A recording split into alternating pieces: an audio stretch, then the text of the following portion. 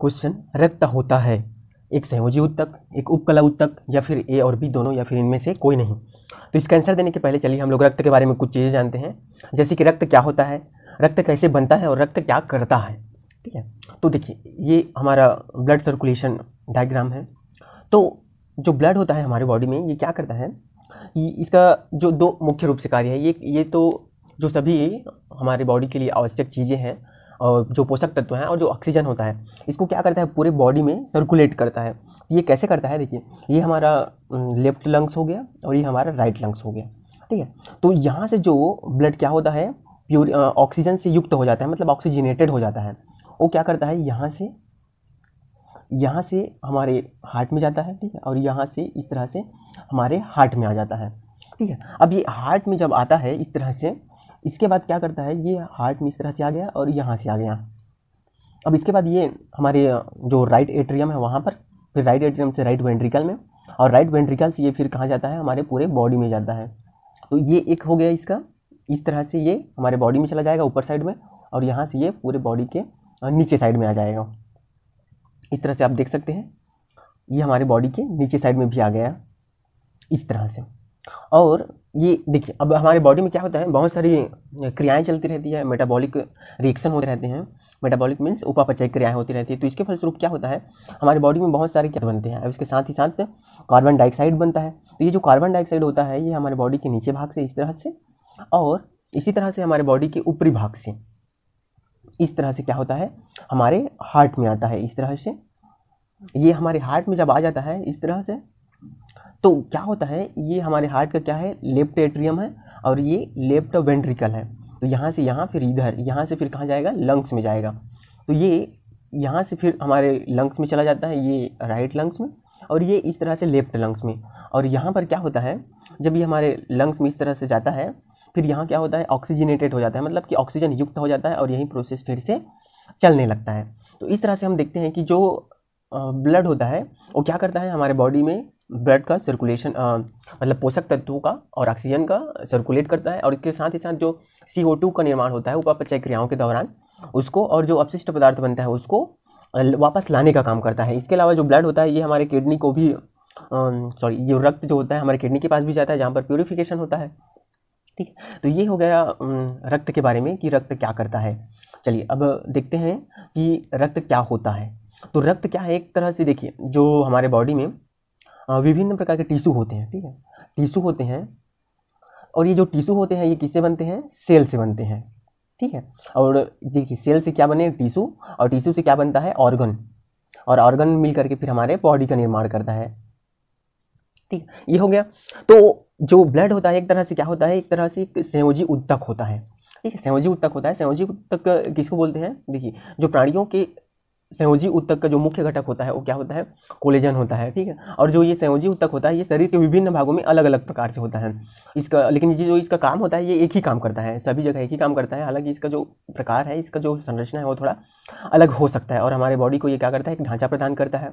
इसमें क्या होता है, अंतरकोशीय पदार्थ भरा होता है, जिसको मैट्रिक्स बोलते हैं। ठीक है, इसको आप और अच्छे से पढ़ सकते हो। तो ये होता है संयोजी ऊतक, और ब्लड क्या है, एक संयोजी ऊतक है। ठीक है, तो ये हमने देख लिया कि ब्लड क्या करता है और ब्लड क्या होता है। अब चलिए देखते हैं कि ब्लड का फॉर्मेशन कैसे होता है। ठीक है, तो यहाँ पर जैसे कि आप देख रहे हैं, ये this is human reproductive system. तो यहाँ पर क्या होता है कि ये जो आपको दिख रहा है, यहाँ से जो स्पर्म होता है, मेल का स्पर्म होता है, ये यहाँ से ट्रेवल करते हुए सर्विक्स मतलब ग्रीवा, और ग्रीवा से होते हुए ये गर्भाशय में पहुँचता है। ठीक है, गर्भाशय में पहुँचने के बाद यहाँ पर ये गर्भाशय से फिर ट्रेवल करते हुए यहाँ पर, इसको बोलते हैं फेलोपियन ट्यूब। ठीक है, फेलोपियन ट्यूब, यहाँ पर जो फेलोपियन ट्यूब यहाँ पर पहुँचता है, और ये क्या है, ओवरी है, जहाँ पर क्या होता है, एग का फॉर्मेशन होता है, फीमेल एग का फॉर्मेशन होता है। ये हो गया। अब इसके बाद क्या होता है, देखिए जब जो हमारा स्पर्म होता है वो इस ओवरी पे पहुँचने के बाद, ठीक है, जो स्पर्म होता है वो ओवरी पे पहुँचने के बाद यहाँ पर क्या होता है, एग से मिलता है और फर्टिलाइज होता है। ये फर्टिलाइजेशन का प्रोसेस यहाँ पर आपको दिखाई दे रहा है। ये इस तरह से स्पर्म जो है एग से फर्टिलाइज होता है, और ये जो प्रोसेस है आगे बढ़ता है। फिर इसके बाद क्या होता है कि ये जो फर्टिलाइजेशन का जब प्रोसेस पूरा हो जाता है तो जाइगोट का निर्माण होता है। यहाँ पर देखिए, यहाँ पर फर्टिलाइजेशन हुआ, फिर यहाँ से जाइगोट का निर्माण होता है, और ये जो जाइगोट होता है ये आगे चल करके क्या होता है, हमारा जो फीमेल रिप्रोडक्टिव सिस्टम का ये जो यूरेथ्रस होता है यहाँ पर, इसको गर्भाशय बोलते हैं, यहाँ पर आ करके इम्प्लांट हो जाता है, मतलब स्थापित हो जाता है, और यहीं पर फिर क्या होता है, शिशु का निर्माण होता है।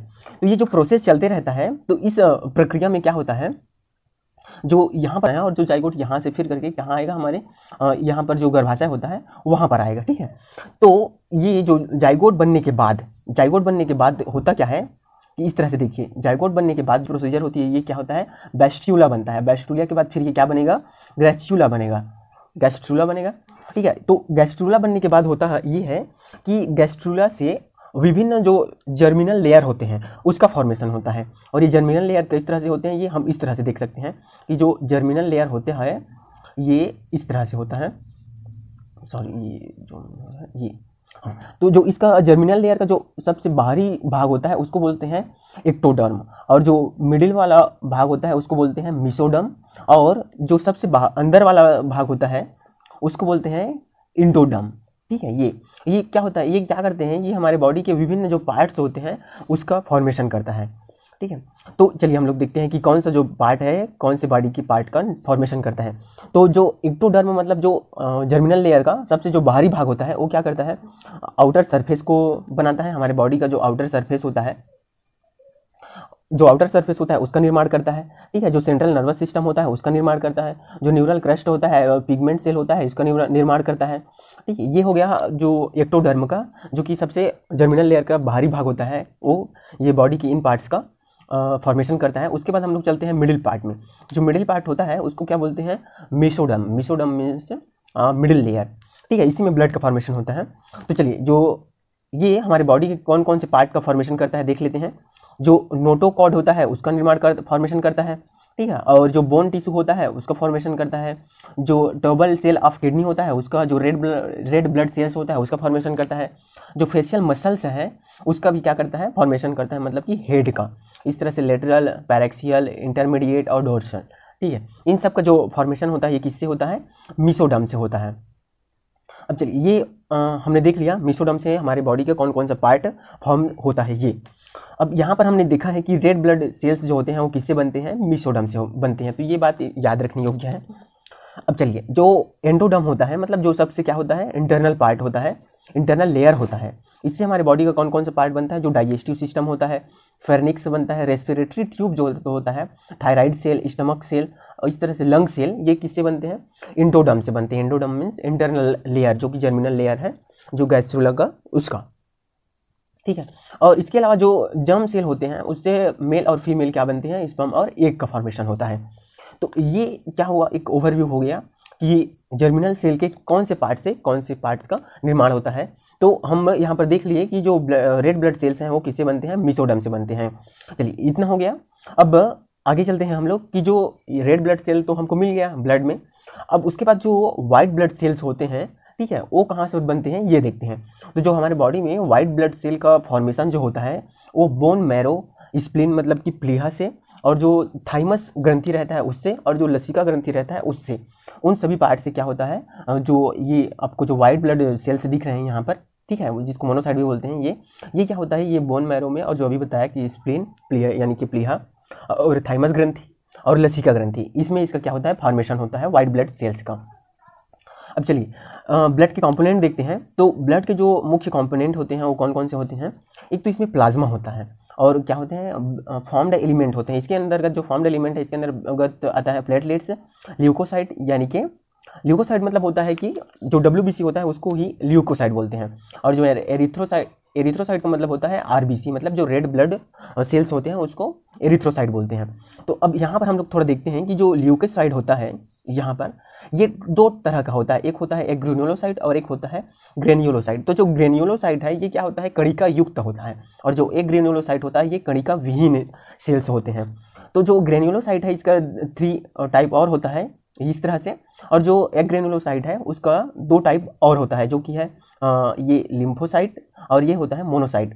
तो यहाँ पर जो लिम्फोसाइट दिख रहा है आपको ये वाला, ठीक है, तो ये जो लिम्फोसाइट होता है इसी में 2 पार्ट होते हैं, इसके 2 पार्ट होते हैं, एक होता है टी सेल और एक होता है, सॉरी यहाँ पर ये जो लिम्फोसाइट जो होता है ये, ठीक है, तो ये जो लिम्फोसाइट होता है ये होता है एक तो टी सेल, ठीक है, टी सेल, और एक होता है बी सेल, और एक इसमें और होता है जिसको बोलते हैं नेचुरल किलर सेल। ठीक है, इसको एक और इसका पार्ट होता है, उसको बोलते हैं नेचुरल।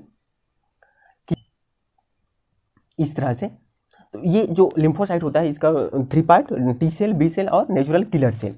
चलिए हम ये ब्लड का कंपोनेंट इस तरह से देख लिए।